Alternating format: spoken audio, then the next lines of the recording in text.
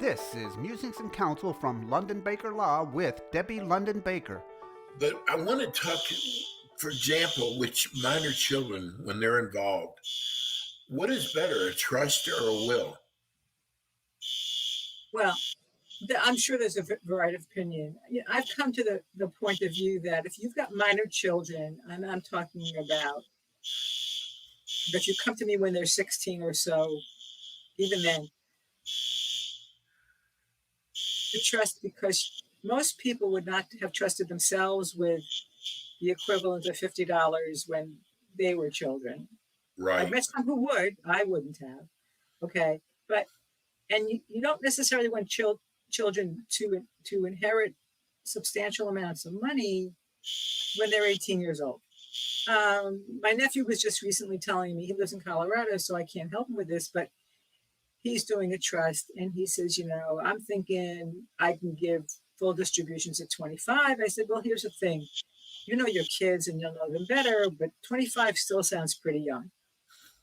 So what a trust does with minor children is it allows you to set up a model whereby children will get certain monies when they reach certain ages, and you have somebody managing the money because they can't inherit till they're 18. So you choose somebody you really trust who's going to raise them and spend money the way you would, and you outline what they want. So for families, I just signed a new client last week who's got an 11-year-old and a 3-year-old, and we've been talking for 4 years, and he finally broke down and hired me.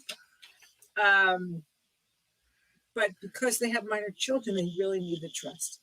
They will have, I don't know that they'll be millionaires, but I'm not saying they won't. They're not now. They might be, when they die, but nobody knows how old they'll be and how old their children would be. Right.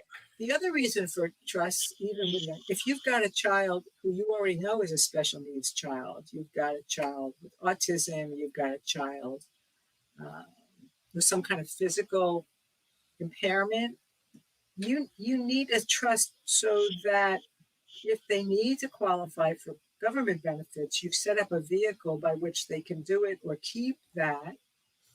We probably all know people who have young children who are already on Medicaid because of their physical, right? So you have to have a vehicle that maintains that benefit when these children reach adulthood, young adulthood, older adulthood, so that they don't risk losing those benefits even for a month. So that's another reason for a trust. Trusts are a good, well, certainly with the minor children, same idea. If you have a disabled spouse who might need a special needs trust, if don't have minor children, but right now I've got a client who did a trust because her husband has dementia, and we needed to create in her trust special needs so that when she dies, the money goes into this special needs trust and he can qualify for government benefits if need be. So there are lots of reasons. If you don't have a lot of assets, you don't have young children, or you have responsible adult children. In Florida, you can do it all with beneficiary designations and a particular type of deed that passes your home onto somebody else. It depends. First thing I learned in law school from my civil procedure, when you get asked the question, just tell people it depends. But the one about minor children, trusts, I advise trusts.